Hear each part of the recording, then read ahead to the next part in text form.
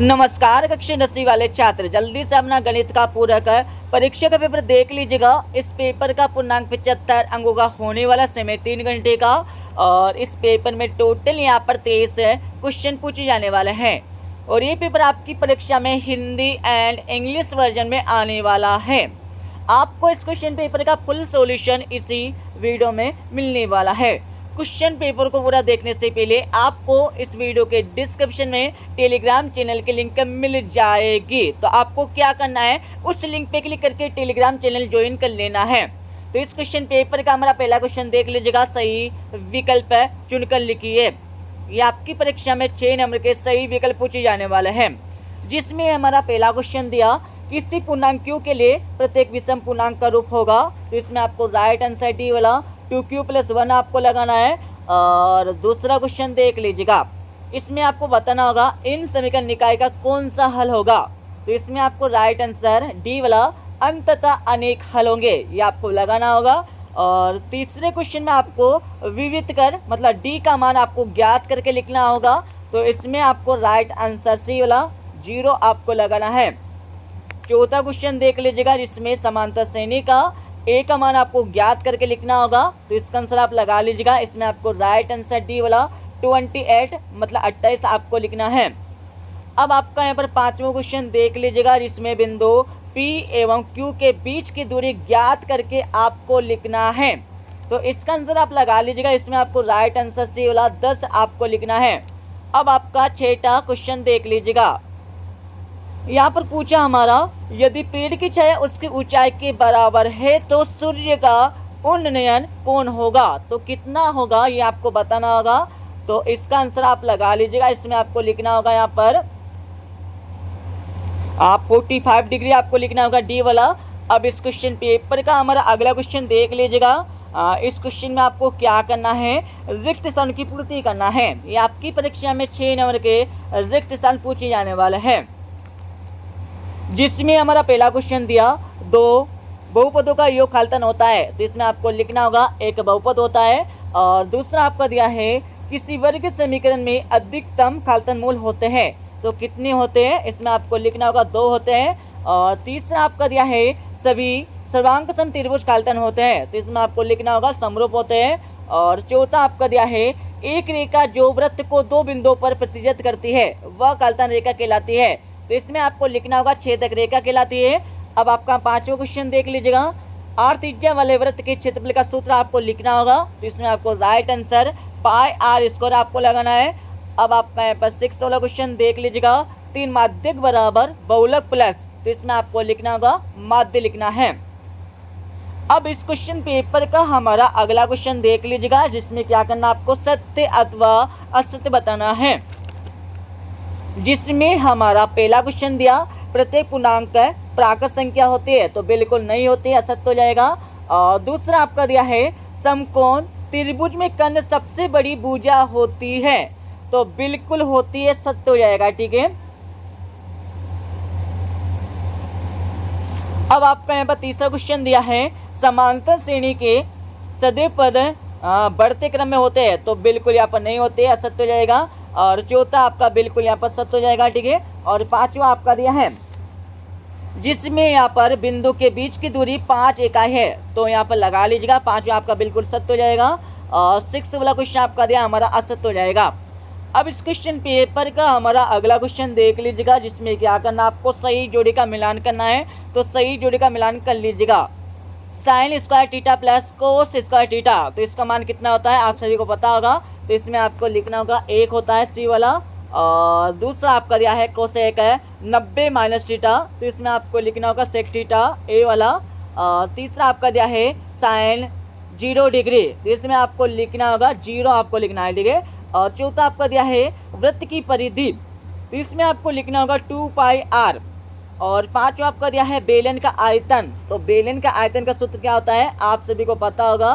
तो इसमें आपको लिखना होगा a वाला πr²h। छठा आपका दिया है घन का आयतन। तो इसमें आपको लिखना होगा d वाला।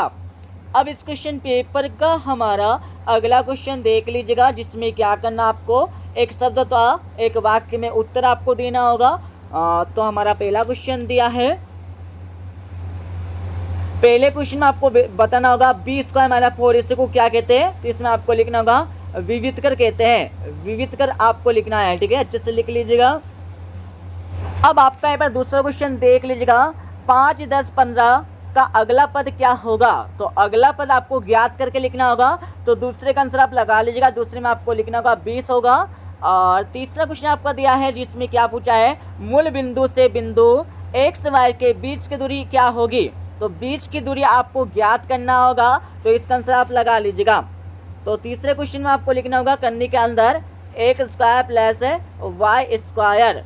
अब आपका चौथा क्वेश्चन देख लीजिएगा, हमारी आंख से उस वस्तु को जिसे हम देख रहे हैं जोड़ने वाली रेखा क्या कहलाती है, तो इसमें आपको लिखना होगा दृष्टि रेखा कहलाती है, दृष्टि रेखा आपको लिखना है।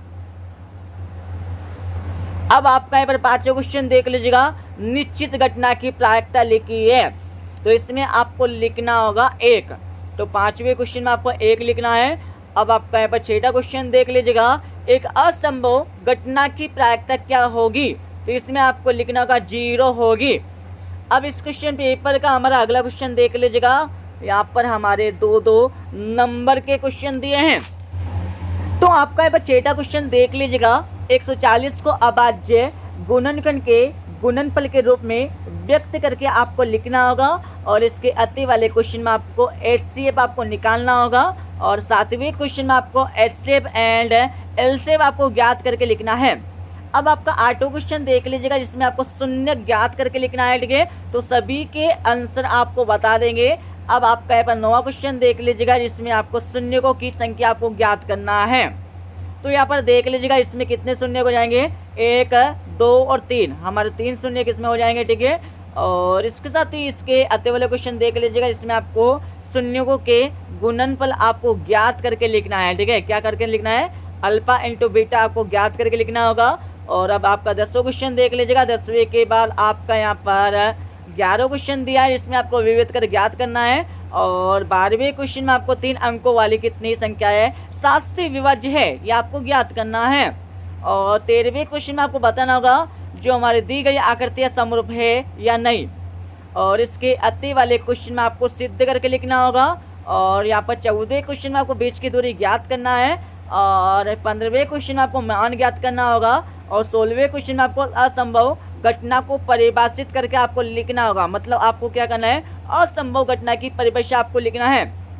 अब आपका यहाँ पर 17वां क्वेश्चन देख लीजिएगा, 17वें के बाद इस क्वेश्चन पेपर का हमारा 18वां क्वेश्चन दिया है, जिसमें डोरी की लंबाई आपको ज्ञात करना होगा, और इसके अति वाले क्वेश्चन में आपको क्या करना है, मीनार की ऊंचाई आपको ज्ञात करना है, ठीक है। और इसके साथ आपका यहाँ पर 19 क्वेश्चन देख लीजिएगा, 19वें क्वेश्चन में आपको सिद्ध करके लिखना होगा, और इसके अति वाले क्वेश्चन में आपको इसमें भी आपको सिद्ध करना है। और 20वें क्वेश्चन में आपको यहाँ पर क्या करना है, वृत्त के त्रिज्याखंड का क्षेत्रफल आपको ज्ञात करके लिखना होगा। और आपका 21वां क्वेश्चन देख लीजिएगा, रेखिक समीकरण युग्म को हल करके आपको लिखना है।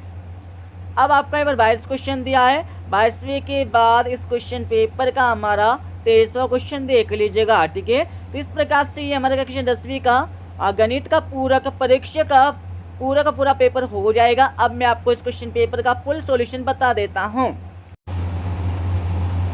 तो ये हमारा क्वेश्चन नंबर पहले का आपका आंसर हो जाएगा, और क्वेश्चन नंबर 2 का आंसर आपको दिया है, क्वेश्चन नंबर 3 का आंसर आपको दिया है, और क्वेश्चन नंबर 4 का आंसर आपको दिया है, ठीक है, अच्छे से पढ़ लीजिएगा। और 5वें क्वेश्चन का आंसर आपको दिया है, और 6ठे क्वेश्चन का आंसर आपको दिया है, पूरा अच्छे से देख लीजिएगा। और 7वें क्वेश्चन का आंसर भी आपको यहाँ से मिल जाएगा। 7वें के बाद इस क्वेश्चन पेपर का हमारा 8वें क्वेश्चन का आंसर आपको दिया पूरा का पूरा। 8वें के बाद आगे हम चलेंगे तो आपको यहाँ पर 9वें क्वेश्चन का आंसर आपको मिल जाएगा, और 10वें क्वेश्चन का आंसर आपको दिया पूरा का पूरा ऊपर से लेकर नीचे तक, और 11वें क्वेश्चन का आंसर आपको दिया पूरा का पूरा ऊपर से लेकर नीचे तक, और 12वीं का आंसर भी आपको यहाँ से मिल जाएगा। 12वीं के बाद आगे हम चलेंगे तो आपको यहाँ पर 13वें क्वेश्चन का आंसर आपको यहाँ से मिल जाएगा, ठीक है। और 14वें क्वेश्चन का आंसर आपको दिया है पूरा का पूरा। 14वें के बाद 15वें क्वेश्चन का आंसर आपको दिया है, 15वें के बाद 16वें का आंसर आपको यहाँ से मिल जाएगा, अच्छे से पढ़ लीजिएगा, ठीक है। और 17वें क्वेश्चन का आंसर आपको दिया, 17वें के बाद 18वें का आंसर आपको मिल जाएगा पूरा का पूरा। 18वें के बाद आगे हम चलेंगे तो आपको 19वें क्वेश्चन का आंसर आपको यहाँ से मिल जाएगा। 20वें का आंसर आपको दिया पूरा का पूरा ऊपर से लेकर नीचे तक। 21वें क्वेश्चन का आंसर आपको मिल जाएगा पूरा का पूरा ऊपर से लेकर नीचे तक। 22वें क्वेश्चन का आंसर आपको दिया है। 22वें के बाद 23वें क्वेश्चन का आंसर आपको दिया है। तो इस प्रकार से हमने इस क्वेश्चन पेपर का आपको फुल सॉल्यूशन बता दिया है। तो ठीक है, मिलते अगले वीडियो में। जब तक ले जय हिंद, वंदे मातरम।